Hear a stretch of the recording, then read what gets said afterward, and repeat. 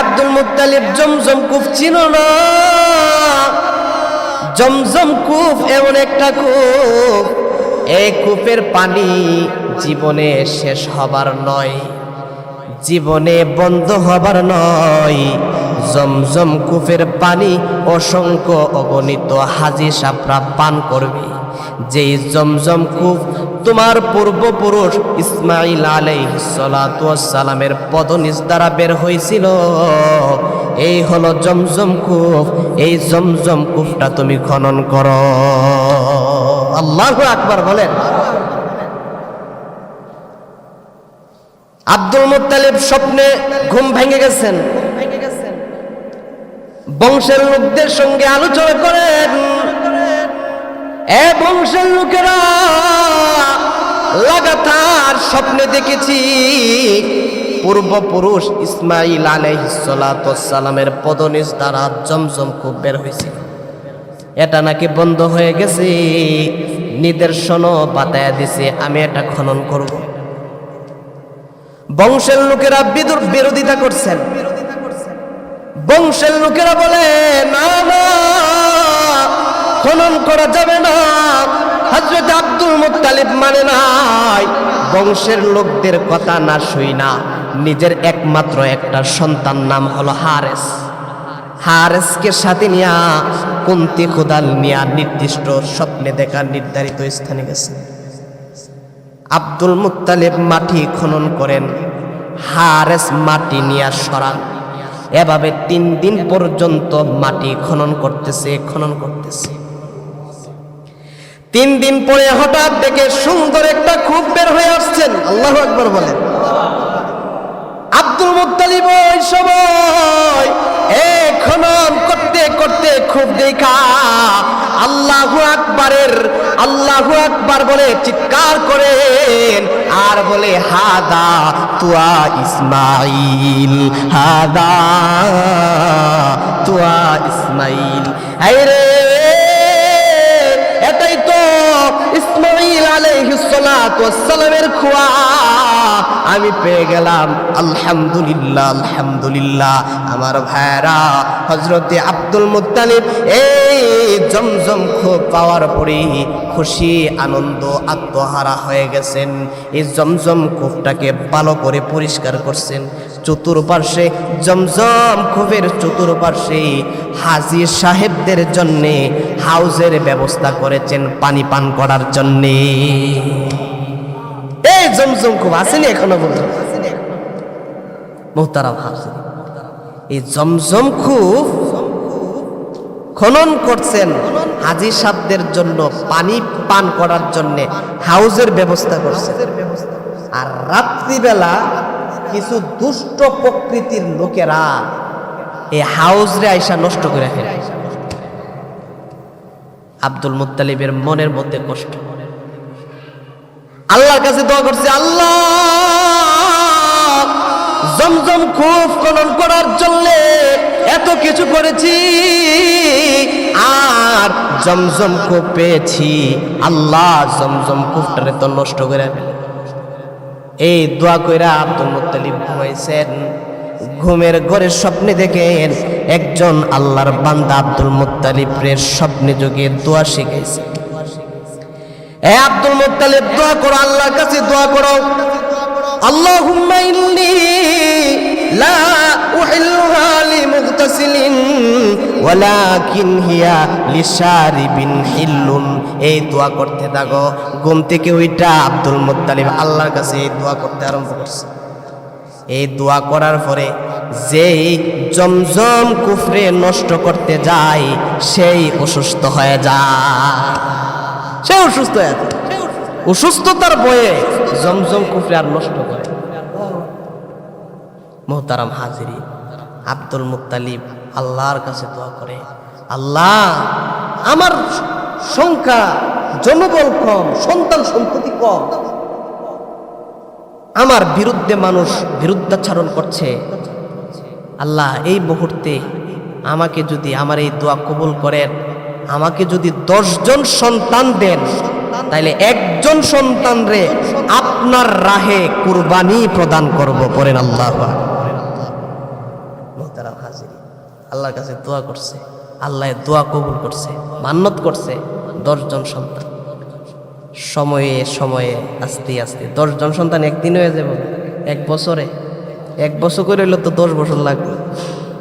সাল্লামের বংশের মধ্যে এমন 2 জন ব্যক্তি আছেন, মহাপুরুষ আছেন, যেই 2 জন পুরুষের ক্ষেত্রে জবাই করা মানে ওদেরকে জবাই দেওয়া, কুরবানি করা নির্ধারণ করা হয়েছে। 2 জনই জবাই থেকে আল্লাহর ফজল করমে বেঁচে গেছেন। 2 জনের পরিবর্তে জন্তু জবাই করা হয়েছে। একজন হচ্ছে নবীজির পিতা হযরতে আব্দুল্লাহ, আরেকজন হচ্ছেন পয়গম্বর ইব্রাহিম আলাইহিস সালাতু ওয়াস সালামের সন্তান নবী ইসমাঈল আলাইহিস সালাতু ওয়াস সালাম। দুজনের কি জবাইয়ের জন্য, কুরবানির জন্য প্রস্তুত করা হয়েছে। এবার দুজনই জবাই থেকে বেঁচে গেছেন। দুজনেরই পরিবর্তে জন্তু কুরবানি করা হয়েছে। মুহতারাম হাজিরিন, হযরত ইব্রাহিম আলাইহিস সালাতু ওয়াস সালাম আল্লাহ তাআলার কাছে দোয়া করছেন,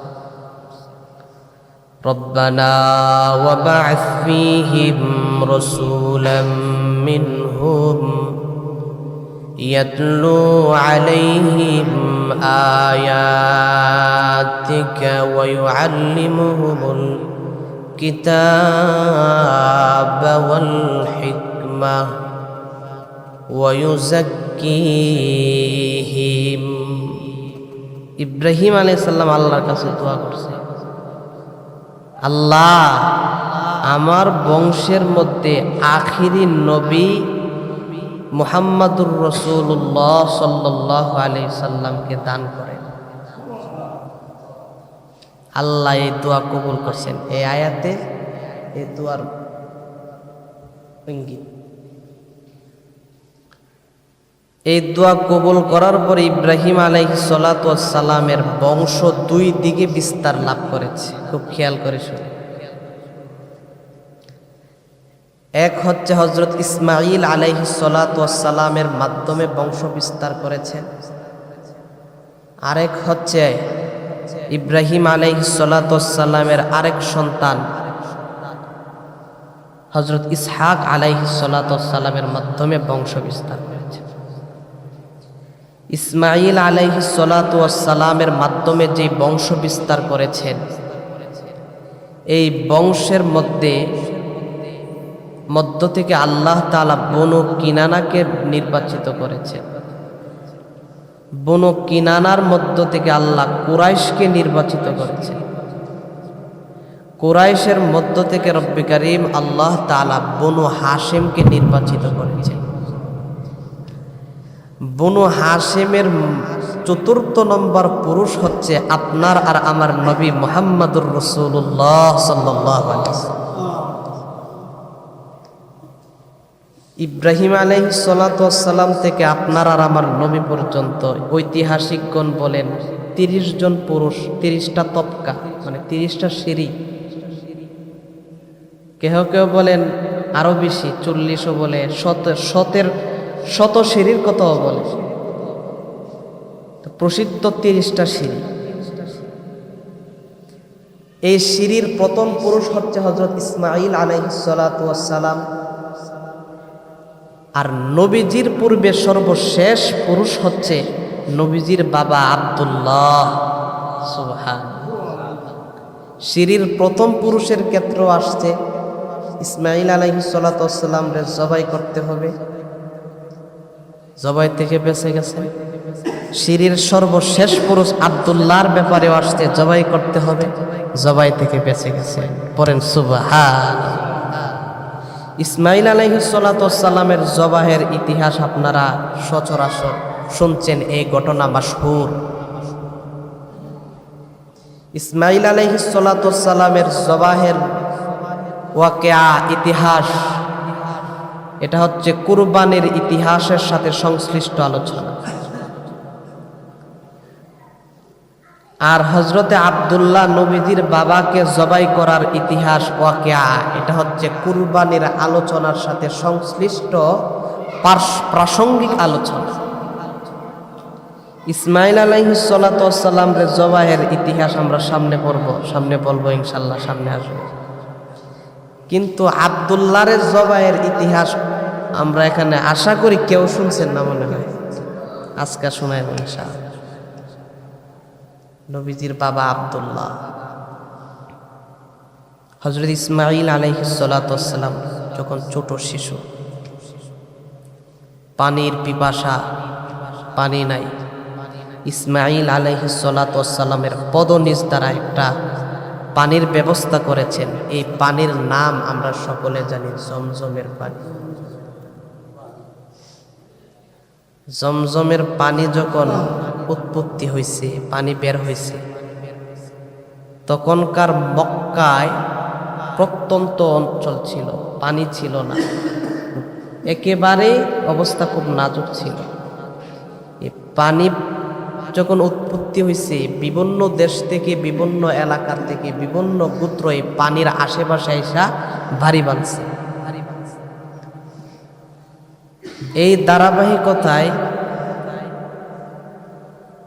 বনু জুরহুম গোত্র ইয়ামান থেকে এই পানির সন্ধান পেয়ে এসা ভারী বাঁধছে। বনু জুরহুম গোত্র থাকতে থাকতে এই বনু জুরহুম গোত্র বড় হয়েছে, ইসমাইল আলাইহিস সালামও বড় হয়েছে। ইসমাইল আলাইহিস সালাম বনু জুরহুম গোত্রে বিয়ে করছে। ইসমাইল আলাইহিস সালামকে আল্লাহ নবুয়তিও প্রদান করছে। কাবাঘর বানাইছে ইব্রাহিম আলাইহিস সালাম আর ইসমাইল আলাইহিস সালাম দুইজনে মিলে। এই জন্য কাবাঘরের মোতাওয়াল্লি ইসমাইল আলাইহিস সালামের বংশের লোকদের মধ্য থেকে মোতাওয়াল্লি হয়, কাবা পরিচালনা করে, তার মানে মক্কা পরিচালনা করে। মুহতারাম হাজিরিন, ইসমাইল আলাইহিস সালামের ইন্তেকালের পরে ইসমাইল আলাইহিস সালামের সন্তান কিদার রহমাতুল্লাহি আলাইহি তিনি কাবাঘরের মুতাল্লি হচ্ছেন। এভাবে চলতেছে। কিন্তু বনু জুরহুম গোত্রের মধ্যে ইসমাইল আলাইহিস সালাম বিয়ে করার কারণে ওই গোত্রের সঙ্গে ইসমাইলের গোত্রের খুব সম্পর্ক ছিল। কিন্তু সম্পর্ক থাকলে কি হবে, ইসমাইল আলাইহিস সালামের ইন্তেকালের পরে যখন সময় অতিবাহিত হইতেছে, তখন এই উভয় গোত্রের মধ্যে খুব ঝামেলা সৃষ্টি হয়েছে, ঝগড়া ফাসাদ সৃষ্টি হয়েছে।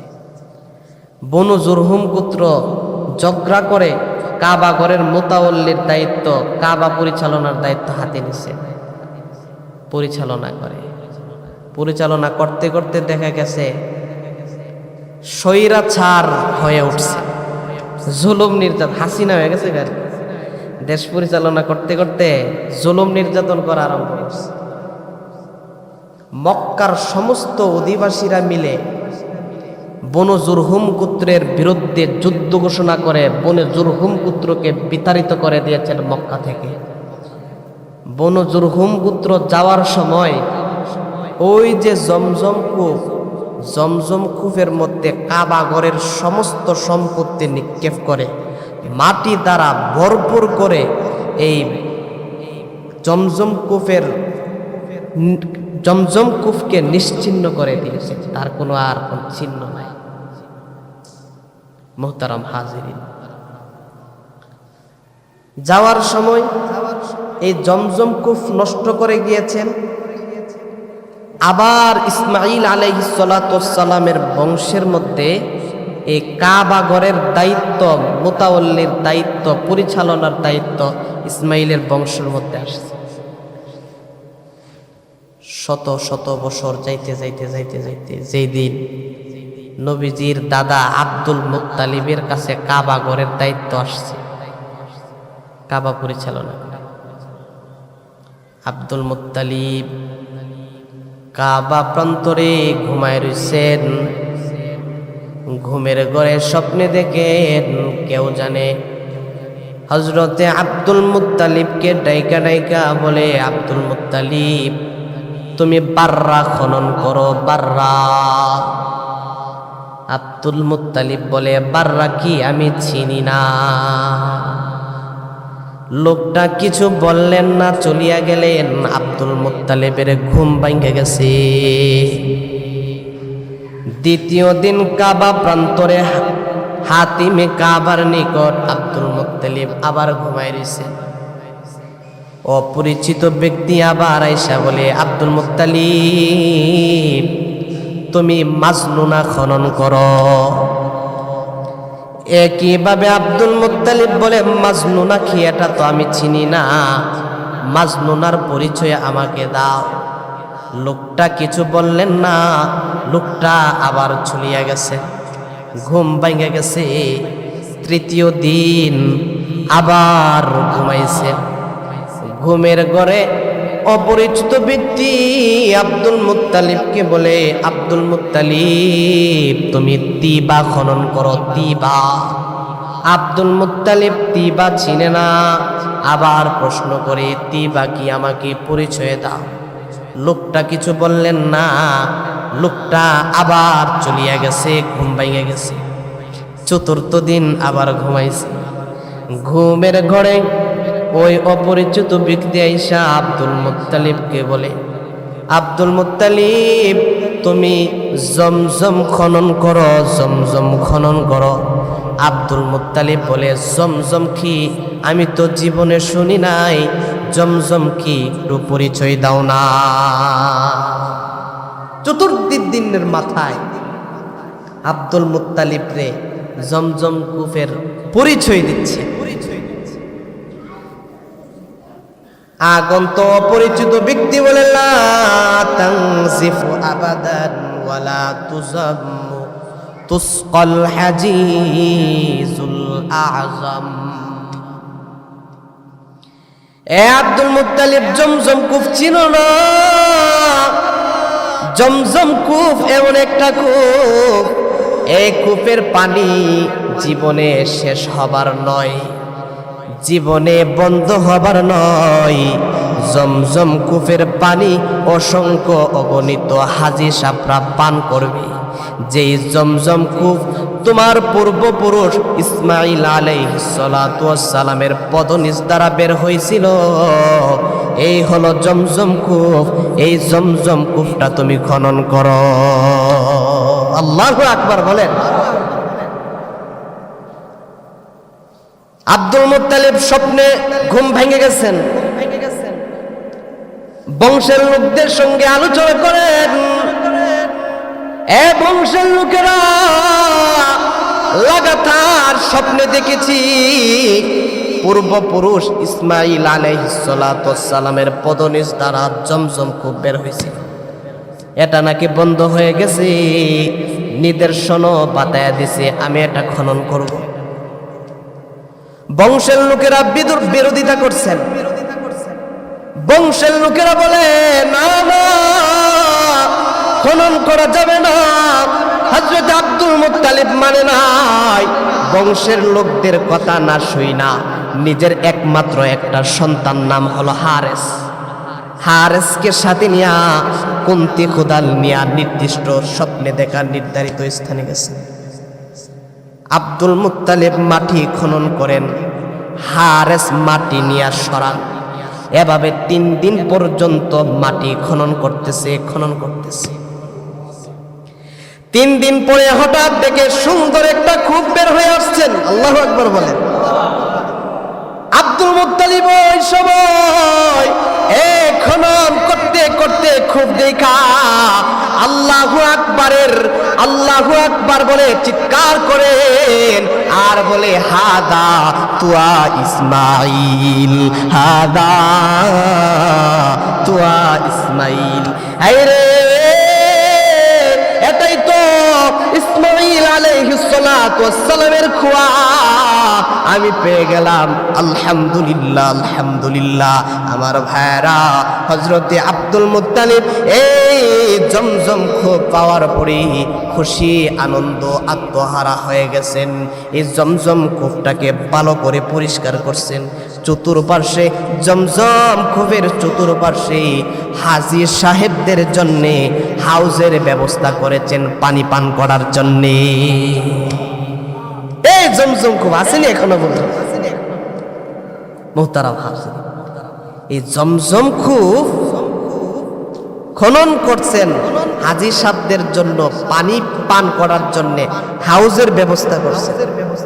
আর রাত্রিবেলা কিছু দুষ্ট প্রকৃতির লোকেরা এই হাউজরে আইসা নষ্ট করে ফেলে। আব্দুল মুত্তালিবের মনের মধ্যে কষ্ট, আল্লাহর কাছে দোয়া করছে, আল্লাহ জমজম কূপ খনন করার জন্য এত কিছু করেছি আর জমজম কূপ পেয়েছি, আল্লাহ জমজম কূপটারে তো নষ্ট করে ফেলে। এই দোয়া কইরা আব্দুল মুত্তালিব ঘুমাইছেন। ঘুমের ঘরে স্বপ্নে দেখেন একজন আল্লাহর বান্দা আব্দুল মুত্তালিবের স্বপ্নে যোগে দোয়া শিখাইছে। এ আব্দুল মুত্তালিব দোয়া করো, আল্লাহর কাছে দোয়া করো, আল্লাহুম্মা ইন্নী লা উহিল্লুহা লিমুগতাসিলিন ওয়ালাকিন হিয়া লিশারিবিন হিল্লুন। এই দোয়া করতে থাকো। ঘুম থেকে ওইটা আব্দুল মুত্তালিব আল্লাহর কাছে এই দোয়া করতে আরম্ভ করছে। এই দোয়া করার পরে যেই জমজম কুফরে নষ্ট করতে যায় সেই অসুস্থ হয়ে যায়। সে অসুস্থ হয়ে যায়, অসুস্থতার বয়ে জমজম কুফরে আর নষ্ট করে। মুহতারাম হাজিরিন, আব্দুল মুত্তালিব আল্লাহর কাছে দোয়া করে, আল্লাহ আমার সংখ্যা জনবল কম, সন্তান সন্ততি কম, আমার বিরুদ্ধে মানুষ বিরুদ্ধাচরণ করছে, আল্লাহ এই মুহূর্তে আমাকে যদি আমার এই দোয়া কবুল করেন, আমাকে যদি 10 জন সন্তান দেন তাইলে একজন সন্তান রে আপনার রাহে কুরবানি প্রদান করব। পড়েন আল্লাহু আকবার। মুহতারাম হাজির, আল্লাহর কাছে দোয়া করছে, আল্লাহ দোয়া কবুল করছে, মান্নত করছে 10 জন সন্তান। সময়ে সময়ে আস্তে আস্তে 10 জন সন্তান একদিন হয়ে যাবে, 1 বছরে, 1 বছর করে হইলে তো 10 বছর লাগবে। 10 জন সন্তান দান করছেন আব্দুল মুত্তালিব। মুহতারাম হাজির, 10 জন সন্তান দান করছে আব্দুল মুত্তালিবের। এই 10 জন সন্তান হইছে, ছেলে সন্তান মেয়ে সন্তানও আছে। জনবল সংখ্যা এখন বৃদ্ধি হইছে, শক্তি হইছে। আব্দুল মুত্তালিবের এখন ভুলে গেছে, আইরে কত আগে নিয়ত করছে, মান্নত করছে একজন সন্তান আল্লাহর রাহে জবাই করবে, ভুলে গেছে। এতদিন হয়ে গেছে, বলা তো স্বাভাবিক। কাবা প্রান্তরে হাতিমে কাবার মধ্যে ঘুমায় রইছেন নবীজির দাদা আব্দুল মুত্তালিব। কেহ আয়েশা আব্দুল মুত্তালিব রে বলে, ইয়া আব্দুল মুত্তালিব আউফি বিনজরিকা লিরাব্বি হাদাল বাইত। হে আব্দুল মুত্তালিব, তুমি যে এই কাবা প্রান্তরে ঘুমাই দিছো, এই কাবা ঘরের মালিকের জন্য তুমি যে নিয়ত করেছিলা তোমার সন্তান জবাই করবা, তোমার সন্তান জবাই কইরা এই মান্যত্রে পূরণ করো। ঘুম ভাঙে গেছেন, পেরেশান, হাই রে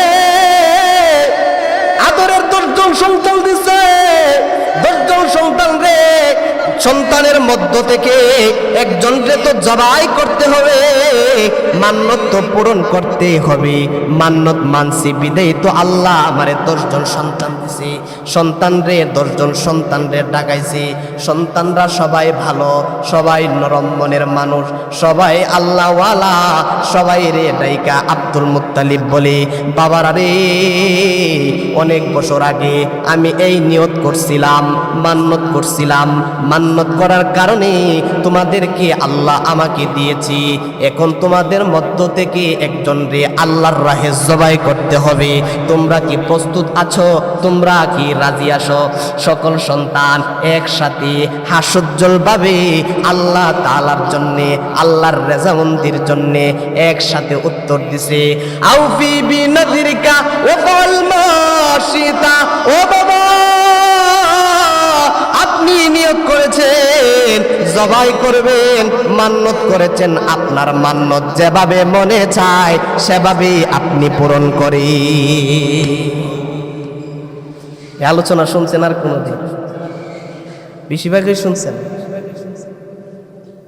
আমার ভাইরা, আব্দুল মুত্তালিব আবার লটারির ব্যবস্থা করছেন।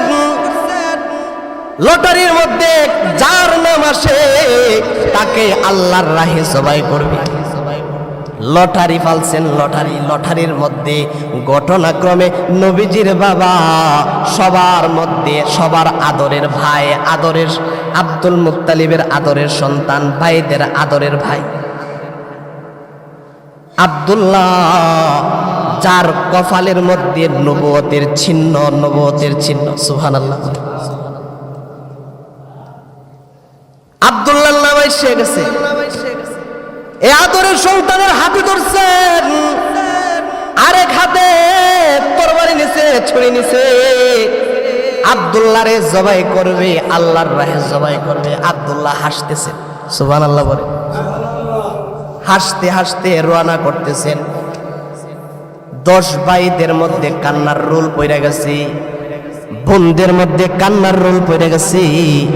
আইরে আমাদের আদরের ভাইরে জবাই করে ফেলবে, এটা তো মানা যায় না।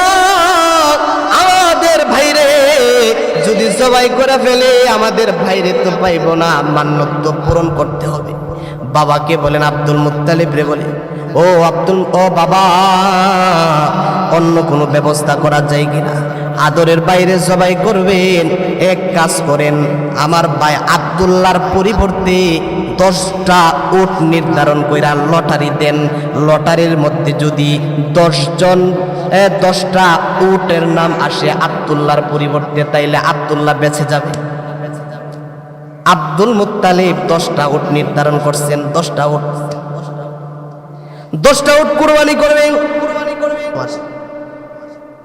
বলে আরো 10টা বাড়ান। লটারি দিছে, আব্দুল্লাহর নাম আসে, উটের নাম আসে না, আরো 10টা বাড়ান। বাড়াইতে 100 করছে উট। 100টা উট যখন হইছে, লটারি দেওয়ার পরে লটারির মধ্যে আব্দুল্লাহর নামের পরিবর্তে 100 উটের নাম বেশি এসেছে। সকলে আনন্দ, আলহামদুলিল্লাহ, আলহামদুলিল্লাহ। আমাদের ভাইয়ের পরিবর্তে 100 উট নির্ধারণ হয়ে গেছে, ফিদিয়া শুরু। আমাদের ভাই বেঁচে গেছেন। আমার ভাইরা আব্দুল্লাহ, যার কপালের মধ্যে নবুয়তের ছাপ আছে, যার থেকে আখির নবী গোটা পৃথিবীর মধ্যে আসবেন, এই আব্দুল্লাহ বেঁচে যাওয়াটাই স্বাভাবিক। আব্দুল্লাহ বেঁচে গেছে। আব্দুল্লাহর পরিবর্তে 100 উট আব্দুল মুত্তালিব জবাই করেছেন। পড়েন সুবহানাল্লাহ। এই জন্য একজন মানুষের, নবীজির প্রাথমিক জমানায় একজন মানুষের ফিদিয়া 10টা উট। পূর্বেকারের সিস্টেম। এই ঘটনার পর থেকে একজন মানুষের ফিদিয়া দেওয়ার লাগে 100 উট। একজন মানুষের ফিদিয়ার স্বরূপ 100। আমরা জমানাতে একটা ফার্দা মাইরা চুরিমানা ধরলে 1 লাখ 2 লাখ 10 লাখ তাইলে নেমে যায়। একটা মানুষের দাম এটা না। শরীয়ত বলছে 100 উটের সমপরিমাণ ফিদিয়া। মুহতারাম হাজিরিন, এই হলো আজকের ইতিহাস। আব্দুল্লাহ, যার ব্যাপারে জবাইয়ের জন্য নির্ধারণ হয়েছে, আর জবাই থেকে আব্দুল্লাহ আল্লাহর ফজল ক্রমে বেঁচে গেছে। মুহতারাম হাজিরিন, এই হলো একজন আব্দুল্লাহ। জবাই থেকে বেঁচে গেছে। আরেকজন হচ্ছে হযরত ইসমাঈল আলাইহিস সালাতু ওয়াস সালাম, যাকেও জবাইয়ের জন্য নির্ধারণ করা হয়েছে, আবার জবাই থেকেও বেঁচে গেছেন। এই হলো দুইজন পুরুষ, যেই দুইজন পুরুষ নবীজির বংশের জবাইয়ের জন্য নির্ধারণ হয়েছে, আবার জবাই থেকে বেঁচে গেছেন। এই জন্যে রাসূল করিম সাল্লাল্লাহু আলাইহি সাল্লাম রে কেহ কেহ আয়েশা ডাক দিতেন, ইয়া ইবনাস সাবিহাইন, এ দুইজন জবাইয়ের জন্য নির্ধারিত বাবার ছেলে। আর রাসূল উসকে উসকে হাসতেন। পড়েন সুবহানাল্লাহ। মুহতারাম হাজিরিন, ইনশাআল্লাহ এই ধারাবাহিকতায় কুরবানির আগ পর্যন্ত প্রাসঙ্গিক এবং সম্পৃক্ত সব আলোচনা আপনাদেরকে শোনানোর চেষ্টা করব। রব তৌফিক দান করেন। সকলে পড়েন আমিন। যারা সুন্নত নামাজ আদায় করেন নাই, 4 রাকাত সুন্নত নামাজ আদায় করেন।